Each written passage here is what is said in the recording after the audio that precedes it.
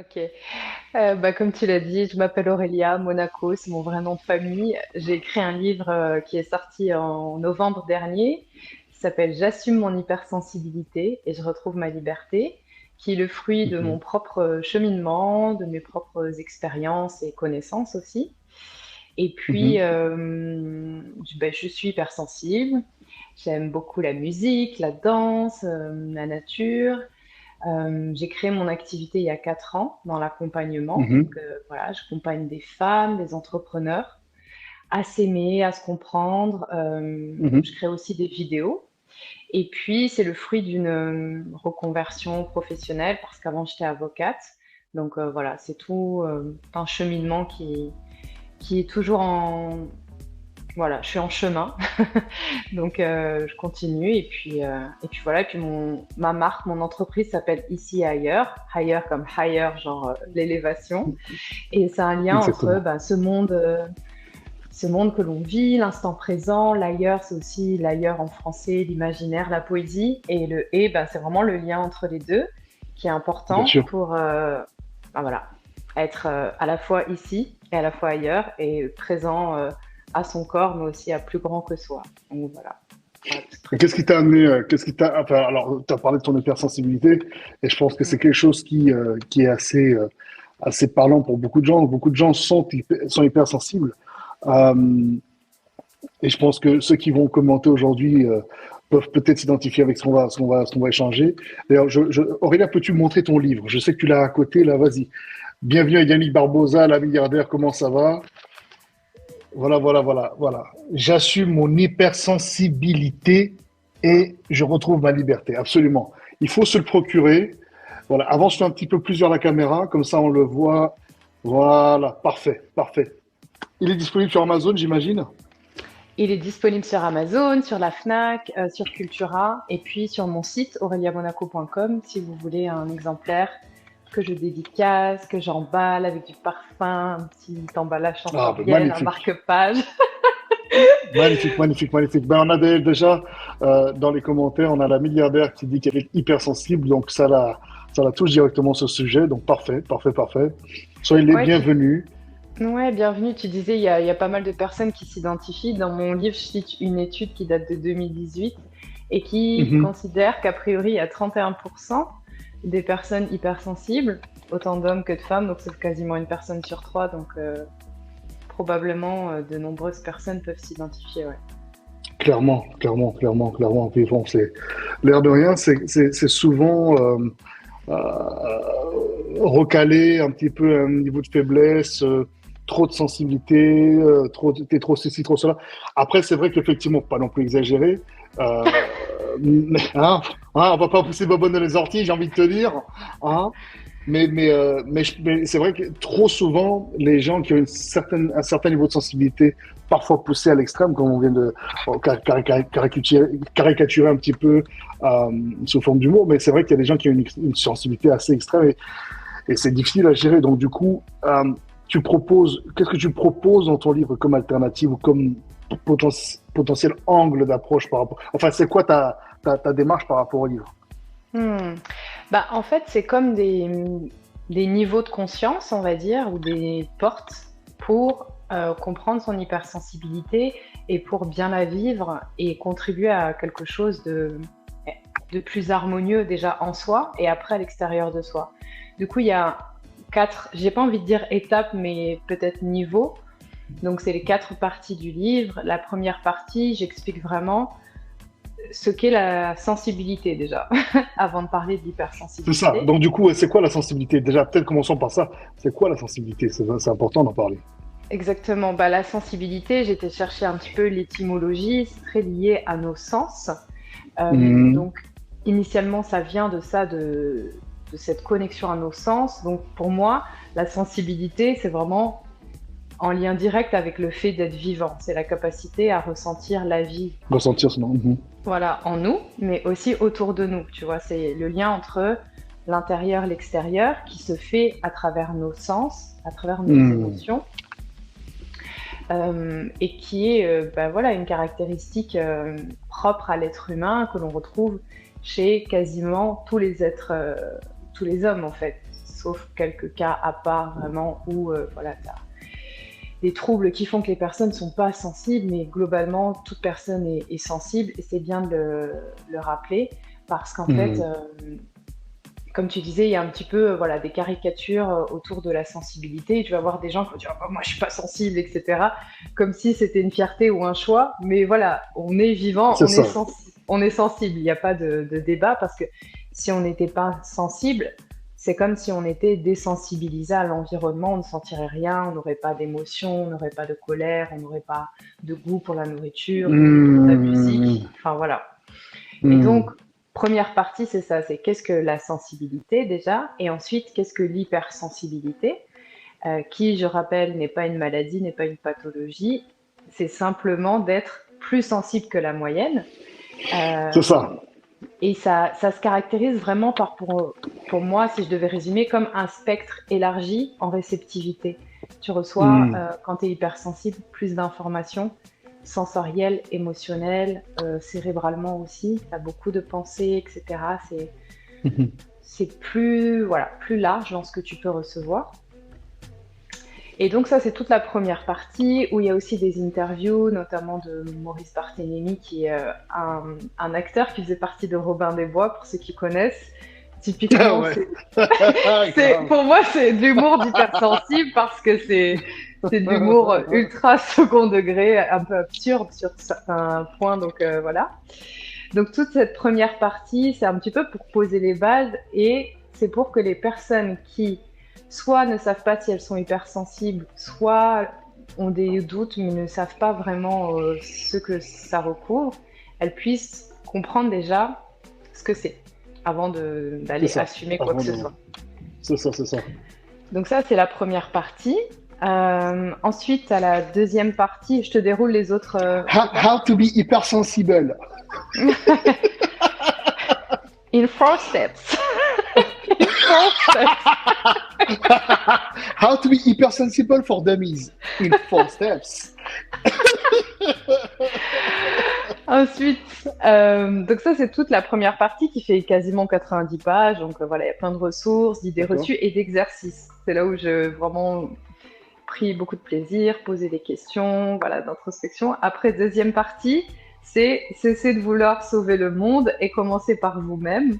Où là, c'est plutôt en lien avec le passé.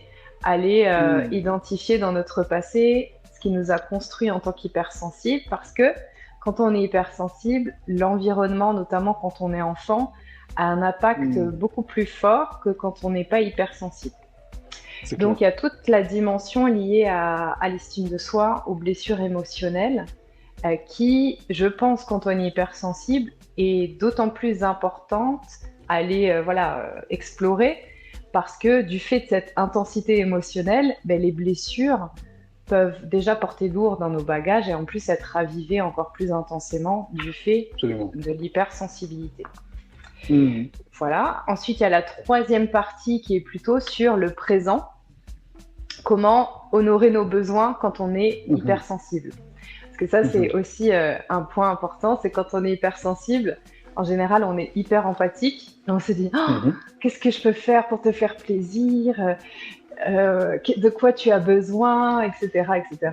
Et en fait, on est beaucoup plus tourné vers l'autre que vers soi. Et comme je disais au début, on reçoit en tant qu'hypersensible beaucoup d'informations et on peut être plus rapidement fatigué, ce qui en plus est amplifié par le fait que ce sont des personnes en général qui sont curieuses. Et donc voilà, c'est toute une partie qui est reliée à l'hygiène psychocorporelle, avec des choses aussi sur la nutrition et comment assumer son hypersensibilité, là plus dans le sens j'assume pas, je suis fière, mais j'assume, je prends la responsabilité. C'est-à-dire je prends en charge mon quotidien et je fais des aménagements sans attendre que la société soit dédiée à mon hypersensibilité. Ouais, c'est ça.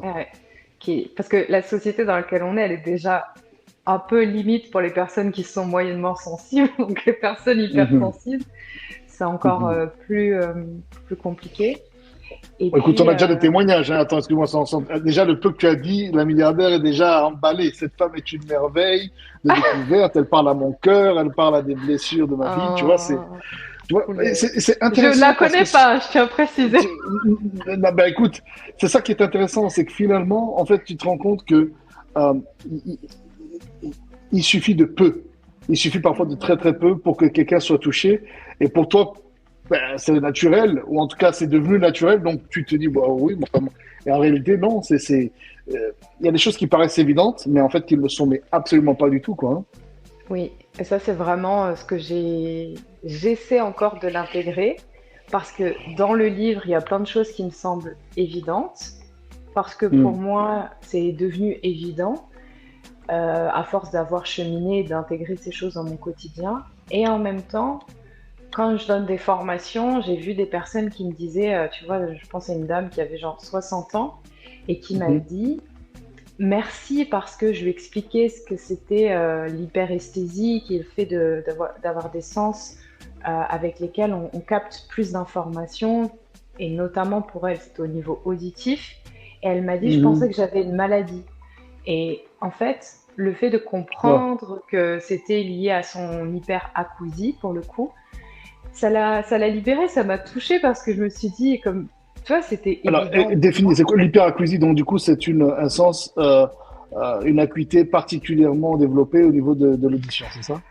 En fait, voilà, si tu veux, quand tu es hypersensible, souvent tu as une hyperesthésie qui est au niveau des cinq sens. Les C'est cinq pas sens, ok. forcément des sens plus développés, mais ça va être des sens qui vont capter plus Mhm. d'informations. On parle de défaut d'inhibition latente, c'est-à-dire qu'on Mhm, reçoit mhm. plus de choses et les sens ont moins de filtres.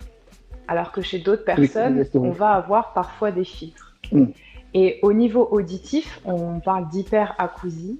Ça va être Mhm. par exemple d'entendre des sons très légers ou d'être, par exemple, si on discute tous les deux et que là j'entends euh, quelqu'un de ta famille à côté, je vais entendre tu vois, les Ben, je conversations vois. Tu sur vois. les deux plans au même niveau. Ils ne peuvent pas Et dans le milieu s'empêcher. du travail, c'est compliqué, tu vois, pour des personnes, c'était mon cas aussi, dans des open space, des choses comme ça, parce que tu entends tout, en fait, sur le même niveau sonore. Et donc, l'hyperacousie, c'est ça, c'est cette hyperesthésie au niveau de l'audition, qui en Mhm. général est le sens le plus développé chez les personnes hypersensibles. Et c'est marrant parce que quand tu y réfléchis, ça me fait penser à pas mal de gens que je connais qui ont, du coup, qui ont des espèces de sensibilité comme ça parfois. Je dis, mais quel rapport en fait? Tu vois, justement, tu dis par rapport au volume, le son. Tu as des gens, ils peuvent pas écouter un certain nombre de choses. Hein. Ah, ils souffrent, ils sont tout de suite nerveux. Moi, mais après, ouais, c'est particulier. Donc, du coup, comment tu arrives à différencier une hyperesthésie liée donc à une qui est donc forcément développée grâce à une hypersensibilité ou à cause d'une hypersensibilité, avec par exemple quelque chose qui est lié à un trauma. Ouais, mais du coup, un trauma peut déclencher une hypersensibilité. Donc, ouais, je sais pas. Dis-moi un petit peu. Bah, ouais, c'est un sujet un peu, on va dire, difficile parce que la plupart du temps, Hum, tu es hypersensible à la naissance, on va dire. C'est hum, pas toujours le cas, mais très souvent c'est héréditaire, mais tu as une partie qui est très liée à ton contexte de vie. Et donc, hum, tu peux naître moyennement sensible, mais ton contexte de vie peut te rendre plus sensible et peut-être hypersensible. Ou alors tu hum, peux naître hypersensible et puis voilà, ton contexte de vie Je peux lui va demander c'est quoi comme type d'autant de langue? plus te rendre encore plus hypersensible. Et sur le D'accord. côté, la réponse à la question sur le côté traumatique, il y a parfois une hypersensibilité qui peut résulter d'un trauma. Et D'accord. dans ce cas, là, c'est Oui, plutôt ça. de voir si tu as eu un avant-après significatif avec quelque chose qui s'est passé dans ta vie. Et Mhm, c'est des cas plus à la marge où là, en fait, il semblerait que si ce soit une hypersensibilité qui résulte d'un trauma, si tu vas à la source et que tu arrives à libérer ce trauma, l'hypersensibilité peut être réduite. Mais c'est vraiment mhm, des cas particuliers où c'est une hypersensibilité qui résulte, par exemple, je sais pas, d'un accident de voiture ou ou d'une agression. C'est ça. Mais dans la plupart des cas, c'est plutôt, bah, voilà, c'est comme tu as des animaux plus sensibles, tu vas avoir des êtres humains plus sensibles. Oui, bien sûr, bien Et, sûr, euh, bien sûr. et tu peux aussi avoir des personnes qui ont juste une hyperesthésie. Dans mon livre, je partage un test de l'Observatoire de la sensibilité où justement tu peux savoir en fonction de tes réponses, est-ce que tu es hypersensible et Mhm. donc aussi avec une hyperesthésie ou est-ce que tu es juste, entre guillemets, hypersensoriel sans forcément le reste de l'hypersensibilité, tout ce qui est hyper-empathie, intensité émotionnelle et une pensée en profondeur. Ouais, mais du coup, la question que je veux poser, que je vais te poser, c'est une fois qu'on sait tout ça, c'est quoi le but en fait? On atteint en ayant ces connaissances? Un meilleur contrôle de soi? Donne-moi un petit peu Bah, des informations par rapport à ça. Parce qu'il y a des gens pour lesquels ça reste, même qui peuvent être des hypersensibles, mais qui justement sont complètement, tu sais, ils se disent, ouais, mais, enfin, tu vois, ils ont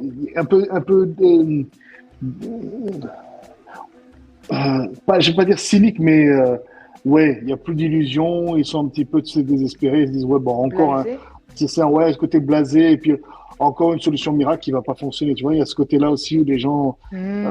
bon, souvent, je pense que c'est parce que les gens manquent aussi de volonté et ne pratiquent pas. Donc, du coup, il suffit, ils vont essayer pendant 2, 3 semaines, et puis, ah, ça marche pas. Bah oui, mais bon, si tu le fais pas, si tu n'es pas forcément Non, mais c'est appliqué, ça va clair. pas fonctionner. Mm. Hmm. Bah après, moi, je vends pas de solution magique, hein. J'ai Non, pas. évidemment, évidemment, mais ce que je veux dire, c'est que dans ta démarche, en écrivant ce livre, il y a bien entendu l'idée de mettre en lumière toutes ces choses-là qui sont finalement assez inconnues, hein, ou assez, dont on parle assez peu, mais en même temps, il y a aussi le fait de se dire que ben, ces choses-là ne se solutionnent pas s'il n'y a pas un travail de fond derrière, en fait. Oui. Bah, en fait, si tu veux, en soi, l'hypersensibilité, c'est pas un problème, donc ça peut être solutionné. Mais le livre, je l'écris plutôt pour des personnes hypersensibles qui ont une vie qui n'est pas en accord avec leur hypersensibilité, parce que Hmm. elles se suradaptent à l'environnement. Ah, d'accord, ok, ok.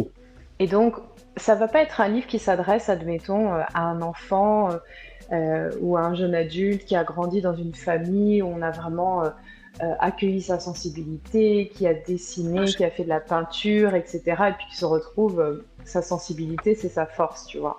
Hmm, hmm, C'est hmm. plutôt pour les personnes, bah, comme il y en a beaucoup de ma génération et un peu plus âgées aussi, dont les parents étaient hypersensibles, mais pas du tout à l'écoute de leur sensibilité, C'est ça. et qui, en fait, se retrouvent un peu comme je l'étais il y a, je sais pas, 5, 6 ans, dans des environnements qui sont pas du tout à l'écoute de leur âme, tu vois, et de leur sensibilité.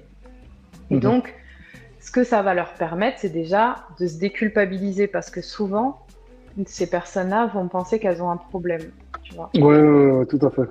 Parce qu'elles ressentent un décalage et ce décalage, il est très lié aussi à plein d'autres choses qui sont invisibles. Tu vois, on a parlé des sens, des émotions, donc c'est compliqué soi-même déjà d'identifier ces différences-là par rapport aux autres, puisque c'est invisible. Donc l'idée, c'est vraiment de les déculpabiliser, de leur faire prendre conscience du mode de fonctionnement de l'hypersensibilité, et ensuite de les responsabiliser sur leurs choix, leurs relations, trouver du sens Mhm. aussi dans leur vie. Ça, c'est très important quand on est hypersensible. Mhm. Donc voilà, l'idée, c'est qu'elles reprennent confiance et qu'elles se disent, je n'ai pas à me suradapter en permanence à des environnements ou à des situations qui ne sont pas en accord avec mes besoins et je peux adapter mon environnement, faire de nouveaux choix qui soient en accord avec ma sensibilité et puis aussi mon corps, mon système nerveux, parce qu'en fait, puisque tu es hypersensible, eh bien, tu reçois plus de choses. Donc, quand tu es dans un environnement qui est très violent pour tes sens, c'est aussi violent pour ton corps. Donc, il y en a beaucoup qui le découvrent en faisant un burn-out ou ce genre de choses. Donc, l'idée, Ouais, ouais, c'est bien sûr. voilà, de leur donner des clés. Et surtout, s'ils font bien les questions que je propose, moi, je me dis, je propose plein de portes. Et l'idée, c'est que bah, la personne puisse trouver la porte qu'elle a envie d'ouvrir un peu plus et d'aller explorer, en fait. Comme tu dis, il y a Mhm. une, un engagement personnel Mhm. qui est nécessaire. Et donc, pour moi, l'hypersensibilité, c'est une façon comme une autre d'aller à la rencontre de soi-même et c'est une première porte. Au début, on s'identifie un petit peu à cette étiquette, entre guillemets, parce que ça nous permet de mieux se comprendre et puis ensuite, on sait bien qu'on est beaucoup plus que ça, tu vois. Donc, Bien sûr, bien sûr. On a mm, ici Jissa qui écrit quelque chose d'intéressant qui dit échange très intéressant, merci. Je pense que tu regardes ici, Malik. Je pense peut-être à la programmation neurolinguistique pour pallier à cette suradaptation, notamment avec ce qu'on appelle l'index du de computation. D'accord? Et ensuite, qui veut dire prendre en considération son processus interne ainsi que son état interne pour comprendre et changer son comportement externe. Yasai, ouais? Qu'est-ce que tu en mm. penses? Je connais pas enfin, je connais la PNL, mais je connais pas cet index particulièrement. Mais ce qui est sûr, c'est que euh, changer de perspective aussi sur la façon dont on voit les choses et dont Mhm, on vit les choses, c'est une façon de mieux vivre son hypersensibilité parce qu'on peut la voir comme je suis victime, tu vois. mhm, Ah, mhm, mhm, je suis mhm. victime de l'environnement, je suis victime de mon travail, je suis victime des gens autour de moi, etc. Et Mhm. changer de perspective pour Ouais, tout à fait. Ouais. reprendre sa responsabilité et se dire qu'en fait, on peut changer. euh, En fait, on peut surtout mettre son attention sur sur quoi on a du contrôle.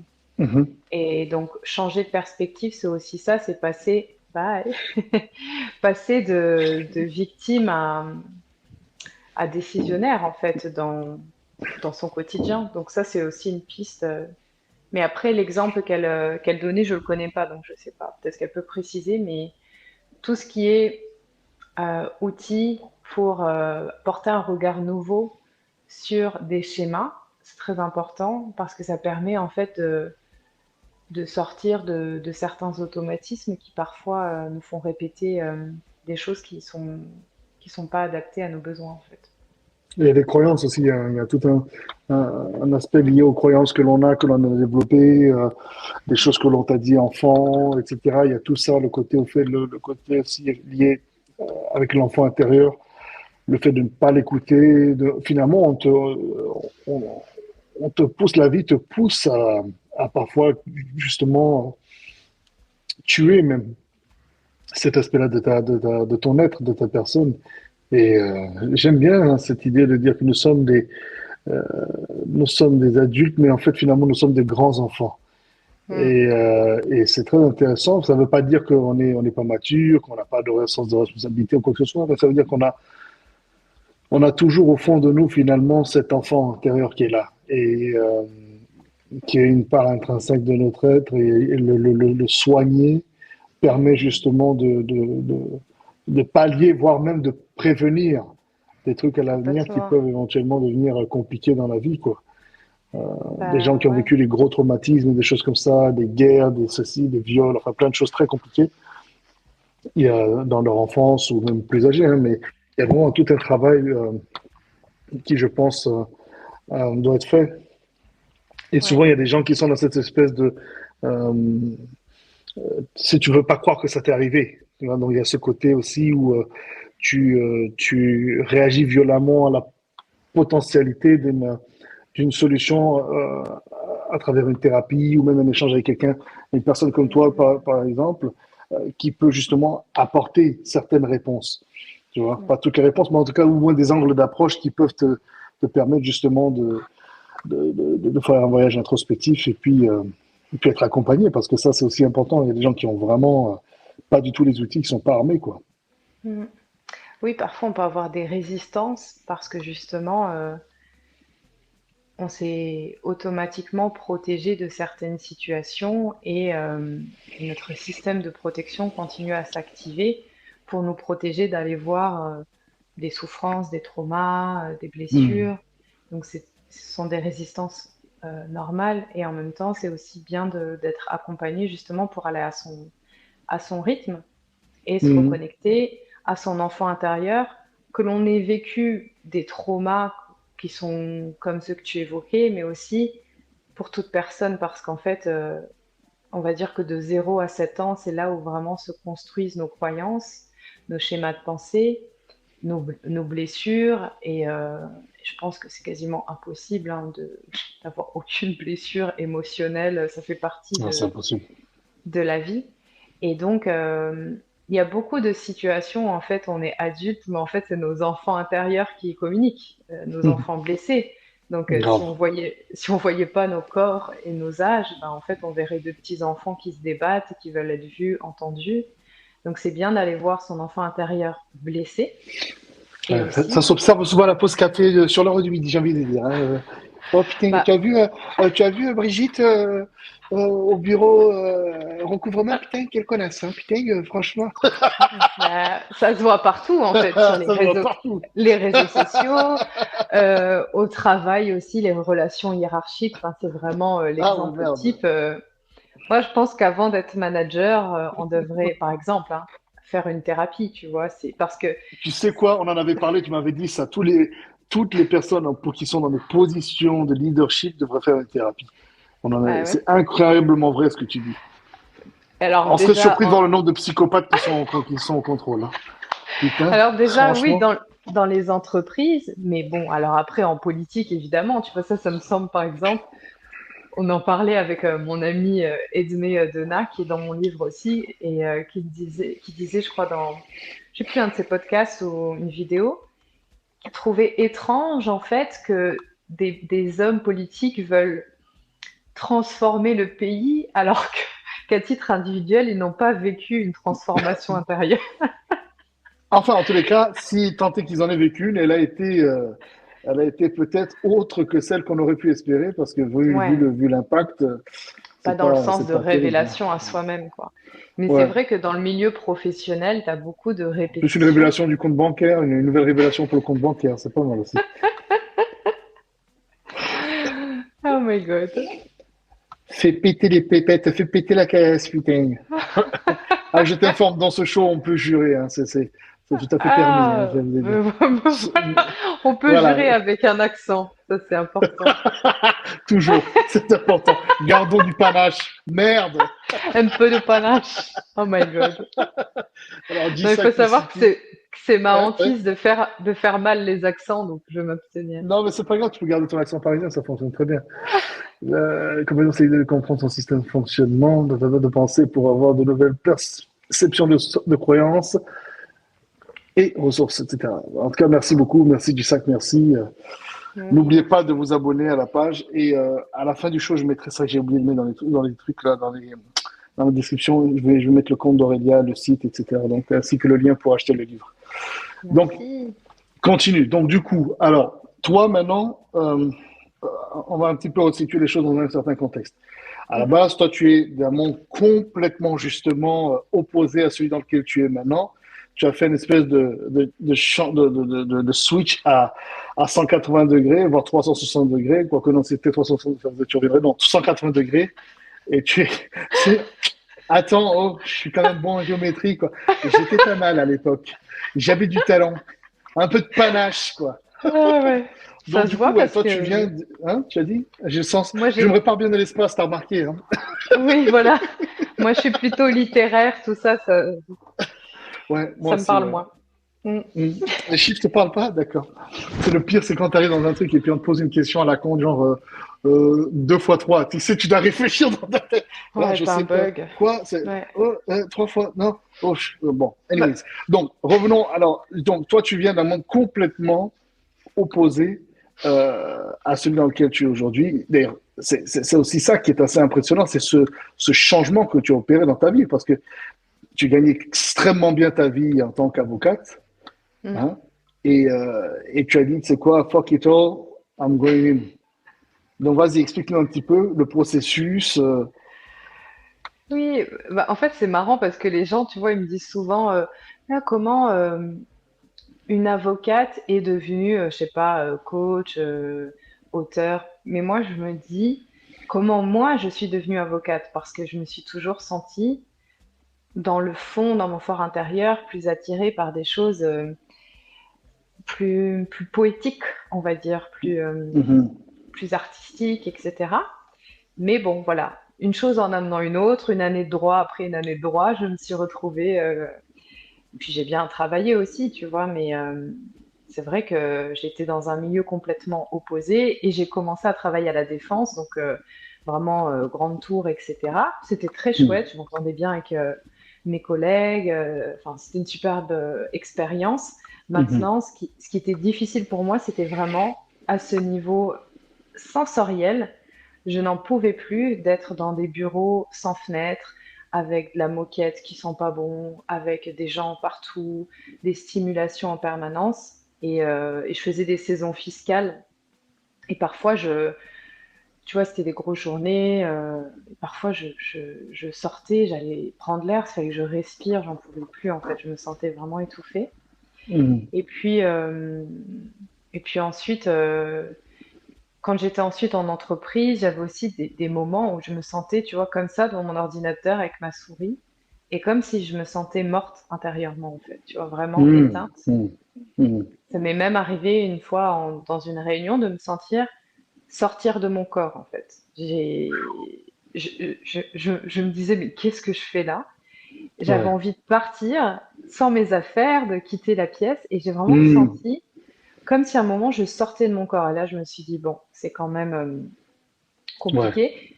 Mais ce qui m'a vraiment aidé, c'est d'avoir commencé une thérapie quasiment en même temps du début de ma carrière, qui n'avait pas vocation à m'aider à changer de voie professionnelle ou autre, mais ce cheminement, cette introspection intérieure, m'ont permis de mieux me connaître en fait. Et Mhm. petit Mhm. à Mhm. petit, voilà, je me suis questionnée sur ce que j'aimais faire. J'ai pris un coaching et un autre coaching et de la thérapie et des voyages, etc. Et petit à Est-ce que petit, cette démarche vers la thérapie a été quelque chose de facile? euh, pour moi, hmm, oui et non. Bon, C'est-à-dire que, ouais, oh désolé, ma hein, comme je suis en poulette, mode tonton. oh j'adore, Aïe, aïe, oh aïe. ma poulette. Je te Est-ce que jure. ça a été facile? En fait, ça m'a pris du temps parce que je pense que j'ai Mhm. commencé vers je sais pas, 28, 29 ans, et j'avais déjà l'impression que c'était trop tard. Donc, Mhm. parce que ça faisait un moment que j'y pensais. Donc, c'était pas vraiment simple parce que j'ai mis des années avant de prendre le premier rendez-vous. Mais Mhm. finalement, c'était simple dans la relation que j'avais avec ça parce que je sentais que c'était vraiment quelque chose qui était proche de mon fonctionnement, et c'est le cas de nombreux hypersensibles, d'avoir cette quête, ce besoin de comprendre les choses, d'être intéressé par la psychologie, etc. Donc, c'était juste de trouver une personne avec qui commencer, et d'avoir un contact, etc. Donc ça m'a pris du temps, mais en fait, je pense que bon, c'était quand même Mais accessible. du coup, cette thérapeute que tu as rencontrée, est-ce que tu as continué avec elle pendant un certain temps ou il t'a fallu quand même un cheminement de différentes personnes pour Non, il y finalement a eu un trouver vrai la bonne aussi? cheminement. Ouais, hein. Alors, il y a eu un cheminement et en fait, c'est pas vraiment la bonne personne, dans le sens où je pense que chaque personne que j'ai rencontrée, à un moment donné, m'a permis Contribuer, ouais. quelque chose, un palier. Et ensuite, Mhm. vraiment, pour changer de voie, c'était plus en 2017 où là, j'ai rencontré un coach, Maxime Cognard, je le Mhm. salue, qui m'a vraiment aidé, tu vois, à mettre On les salue choses. Maxime, hein, on lui envoie la bise, quoi. La bise depuis, Mouah. depuis là où tu es, et puis voilà, quoi. J'ai envie de dire. Et d'ailleurs, en passant, avant que tu continues, hein, on dit quand même welcome à tous nos internautes, nos amis internautes qui nous suivent d'un peu Ah, partout dans le monde. Hein. Y a pas worldwide. que les chats. Yes, I, Master Electronic. Thank you very much, brother. Thank you. Imri Agnon. Yes, I. Thank you all for tuning in. Today is a show in French, mais je pense que la plupart des gens qui suivent le show sont bilingues, en tout cas comprennent. Donc, je vous suggère de fortement. Aurélia, s'il te plaît, montre ton livre. Allez vous procurer le nouveau livre, le premier livre d'Aurélia Monaco. C'est son vrai prénom et son vrai nom, bien entendu. J'assume mon hypersensibilité. Oui, oui, ce n'est pas un nom d'emprunt, quoi. Non. Il est Je quand même m'appelle Mix assez à la balèze, vous base. allez voir. Non, mais c'est parfait. C'est parfait, c'est parfait, c'est ce qu'il Mm. faut. Tu vois, et ça, au fait, c'est super important parce que moi, de manière générale, sur Monday Quality Talks, j'oriente ma démarche vraiment sur cette avant tout sur le self-empowerment, quoi. Donc ça rentre tout à fait dans le contexte. C'est pour ça que quand tu m'as dit que tu étais enfin, on s'est vu, tu étais en pleine écriture, en pleine finition, bouclage du livre. Mm. Et je t'avais dit, voilà, dès qu'il sort, tu me fais signe et puis on fait un show directement, quoi. Alors, si c'est pas indiscret, avant que tu continues ton parcours, la description de ton parcours, euh, combien d'unités avez-vous déjà vendues? Et est-ce que tu peux en parler? Parce que franchement, je crois que c'est important quand même. Hein. Il faut quand même te tirer notre chapeau. Je le sais, mais je ne Ah, veux pas te mettre en spot. Donc, je te laisse, voilà. ah là là, tu es mon coach toi aussi. J'en ai vendu à ce jour 1100, donc plus de 1000 exemplaires là, depuis novembre, donc depuis 3 mois, ce qui est vraiment bien Bravo. pour un premier livre. À, Tu vois, à j'étais 22 euros, toutes taxes comprises. 23, 23, voilà, voilà, c'était voilà, vous voyez. fait. Voilà, tu vois, c'est magnifique. C'est Avec génial, la quoi. TVA à 5,5 hein, parce que taux réduit. Et Euh, puis, dans ces 1100 personnes, je tiens à dire que ce ne sont pas 1100 personnes de ma famille ou des gens que je connais, ce sont des vraies personnes. Keisha Euh, demande combien de temps a duré l'écriture du livre. alors, l'écriture a duré plus ou moins un an entre le moment où j'ai dit OK à l'éditeur et le moment où j'ai rendu mon manuscrit. Mais il y a vraiment Hmm. eu 9 mois plus intense et plus je me rapprochais de la date de rendu, plus c'était intense. Donc Ah, je me rappelle, vraiment c'était neuf chaud. mois intense. Mm. Mais tu as une expérience, tu as dû prendre des cours, tu as dû faire une formation pour écrire un livre. Comment tu t'es débrouillé? Parce que c'est quand même impressionnant, quoi. Hein. Bah, franchement, avec le recul, je me suis dit, je me suis débrouillée toute seule, quoi. J'ai vraiment, enfin, toute seule. J'ai un éditeur, donc j'avais Mhm, envoyé mon plan et mon approche qui a été validée. Et ensuite, pendant l'écriture, vraiment l'écriture du livre, j'étais assez dans ma bulle. Pour le coup, j'avais toute la liberté que je pouvais avoir grâce à l'éditeur. Donc, mhm, ça, c'était le point positif. Et en même temps, pour une première expérience, avec aussi ben, toute ma vie personnelle, pour être honnête, qui était en reconstruction, donc c'était aussi émotionnellement en tant qu'hypersensible, ben, compliqué de genre, voilà, de lier les deux. Donc j'étais vraiment seule face à moi-même et en même temps j'adore écrire, j'adore poser mes idées sur papier, donc c'était pas nécessairement compliqué. Mais ce mhm, qui était plus compliqué, et ça je pense que ça parlera à peut-être beaucoup d'hypersensibles, c'était de faire des choix et de mhm, trier et d'avoir un esprit plus linéaire. Parce que moi j'avais mhm, plein d'idées comme ça en arborescence qui arrivaient dans tous les sens. Et mhm. plus j'écrivais, plus j'avais d'autres idées. Donc c'était aussi difficile de me dire, bon, fais une pause, arrête-toi là-dessus. Et avec le recul, vraiment, si je devais et si je pouvais écrire un autre livre, je ferais ça avec quelqu'un qui, peut-être tous les mois, je fais des points avec lui parce que ce qui était compliqué, c'était de rester dans ma tête, en fait. Au bout d'un C'est moment, ça. je saturais, je savais plus ce que j'avais écrit, ce que j'avais dit. Mhm, Et quand j'ai mhm, vu le livre, mhm. je me suis dit, oh, mais j'ai énormément écrit. Je pensais pas avoir autant écrit parce que Autant j'étais la écrit, ouais. tête dedans, quoi. Donc non, j'ai pas fait de formation, j'ai vraiment été face à Au moi-même. culot.